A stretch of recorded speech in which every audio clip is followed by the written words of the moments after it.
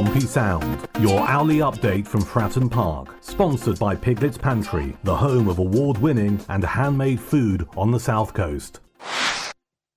Portsmouth are eyeing up exciting Italian youngster Patrick Nuama, though they'll need to fend off interest from Dutch side AZ Alkmaar to land his signature, according to reports from Gianluca Di Marzio.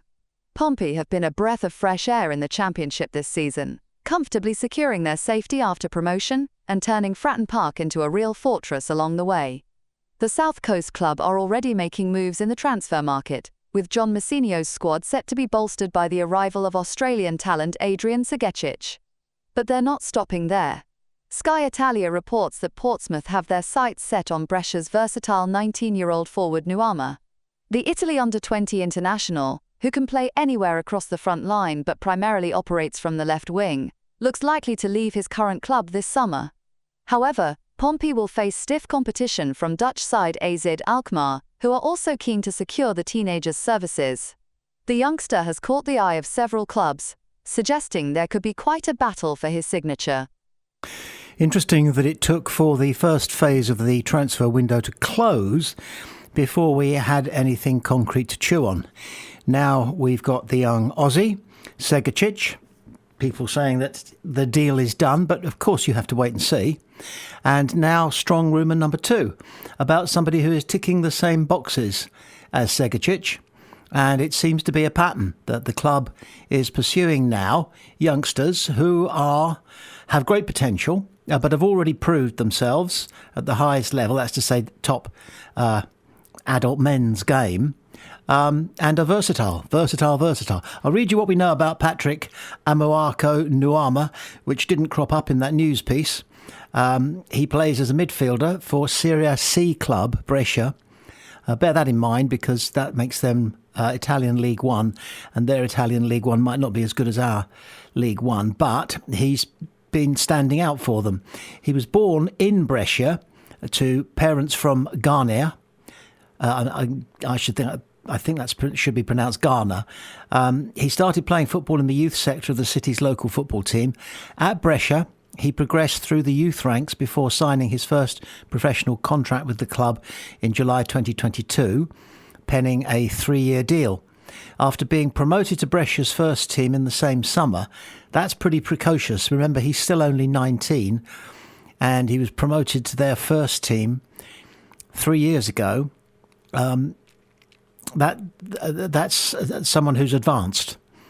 It was head coach Pep Clotet who put him into the first team, but he made his first debut on the 3rd of September 2022, coming on as a substitute for Stefano Moreo in the 83rd minute, and this was of a Serie B match against Perugia. So this is seriously precocious. He's coming on as a 16-year-old in Serie B against Perugia, who we've heard of, and that ended in a 2-1 win for Brescia. At 16 years and 243 days, he became the club's 3rd youngest ever player, as well as the youngest player ever to feature in the Italian second tier. Nuama can choose to represent either Italy or Ghana at international level, having previously taken part in training camps with the Italians under 15 and under 16 national teams. This kid is obviously seriously precocious. He then went on to feature for the under 18 national team. He is described as being a central midfielder who plays mainly in the holding role but can also act as mezzala, which I understand is Italian for the very centre of midfield. Ambidextrous and composed on the ball, he has also become highly regarded for his passing prowess, his physique, his pace, and his leadership skills. Leadership as a teenager. This is serious potential. Well, if this if the interest in him is real and continues, and the rumour continues and therefore must strengthen, he's got a lot in common with Segecic in that young, proven in adult men's football, great potential, but above all, versatile. If you can play in central midfield, you can probably play pretty much anywhere. And he doesn't score a lot of goals, but that will come. So that is the new rumour in town, Patrick Nuama. Oh, and one thing I forgot to mention, like Segacic, he's out of contract very shortly. So although there won't be a transfer fee, there will probably be almost certainly be some kind of payment made directly to him and his agent in order to seal the deal. So it won't be free. They call it a free transfer, but it's not. It really isn't. It seems as though all the clever money is going on Adrian Segacic becoming a Pompey player well in time to take a meaningful part in pre-season preparations. But until any deal is ever done and dusted, the Pompey management remain completely tight-lipped about the player they are no doubt up to their necks in negotiations with. However, there are a number of factors surrounding his impending move to Pompey which allow for speculation as to how he will fit into the Pompey setup from day one of the next season. Here's an attacking player who can play central midfield behind the frontman, or go wide right as a winger and cut in or appear in the box at the right moment to score.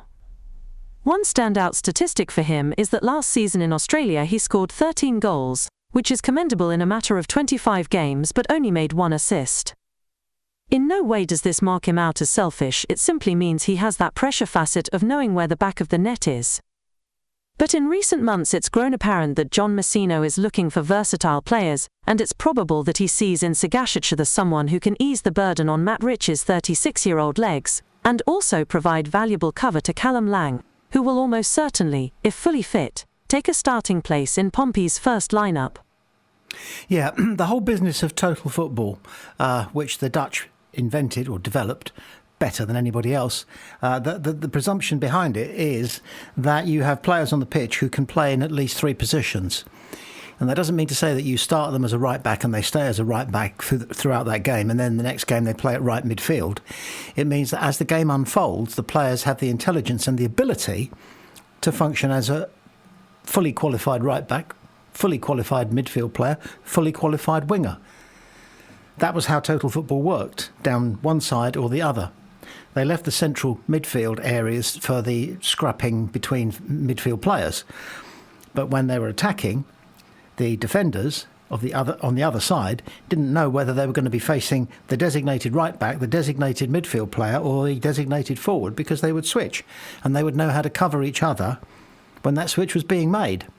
And towards the end of the season, last season, the season that's just ended, we strikingly saw, didn't we, Conor Ogilvie, who we all believed was an out-and-out left-back, and many believed, possibly he himself, that he wouldn't quite be able to hack it in the Championship.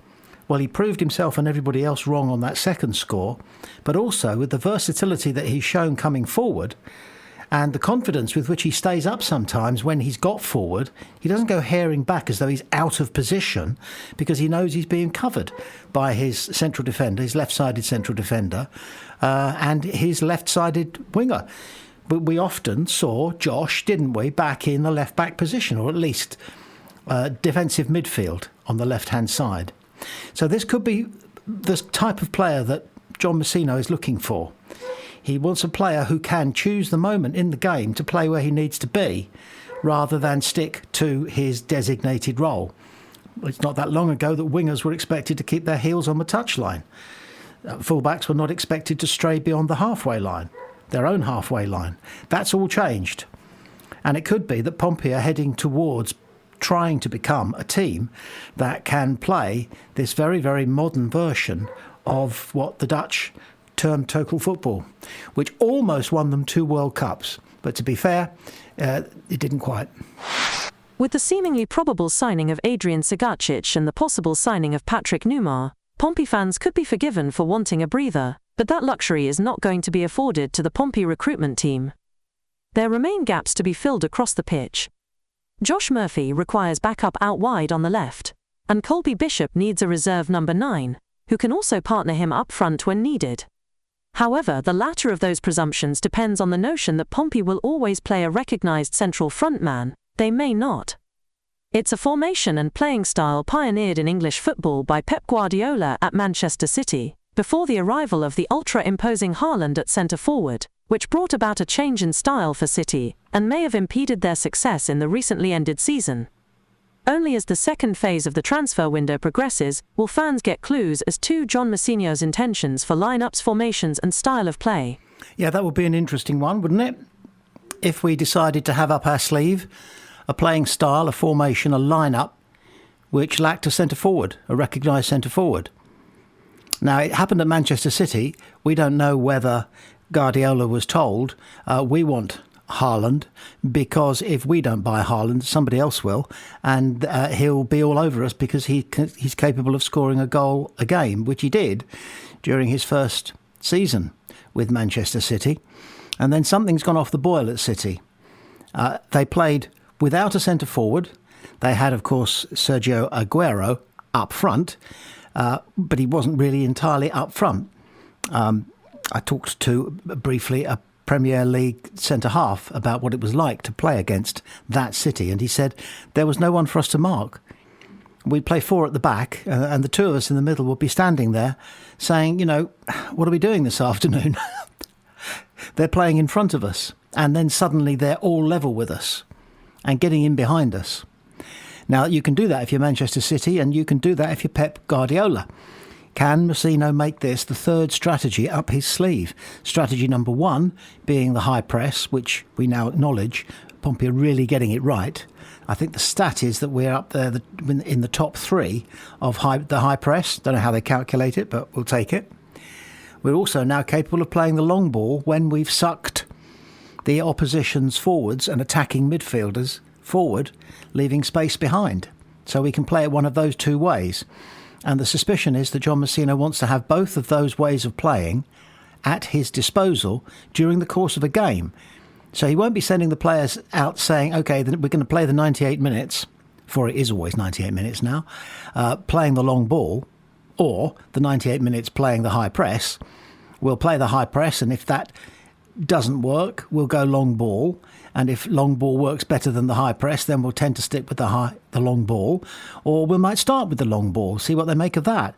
And if that doesn't cause any difficulties to the opposition, goal-scoring chances being the difficulties, of course, we're talking about, as well as preventing goal-scoring opportunities for the opposition, then they'll flip-flop.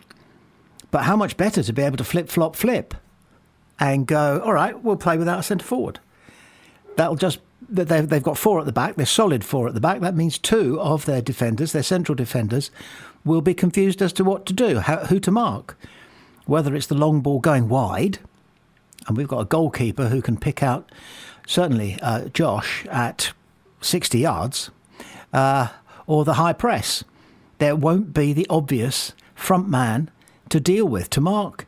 So that one of the central defenders at the moment would mark Colby Bishop, and the other would act as cover to either of the full-backs or the centre-back who is covering Colby Bishop. But if there is no recognised number 9 in the Pompey side, and Colby Bishop actually, by the way, is perfectly capable of playing deep, doing what Harry Kane has done towards the last part of his career, excellent career, and play deep and be a passer, be a schemer, and do his fair share of covering and tackling and high pressing. So Colby can do that. We don't need necessarily to replace him. We can ask him to play that game. So that will be a third strategy in John Mousinho's Arsenal. So interesting stuff. Be interesting to see whether we recruit another number 9 or not. That will tell us a lot.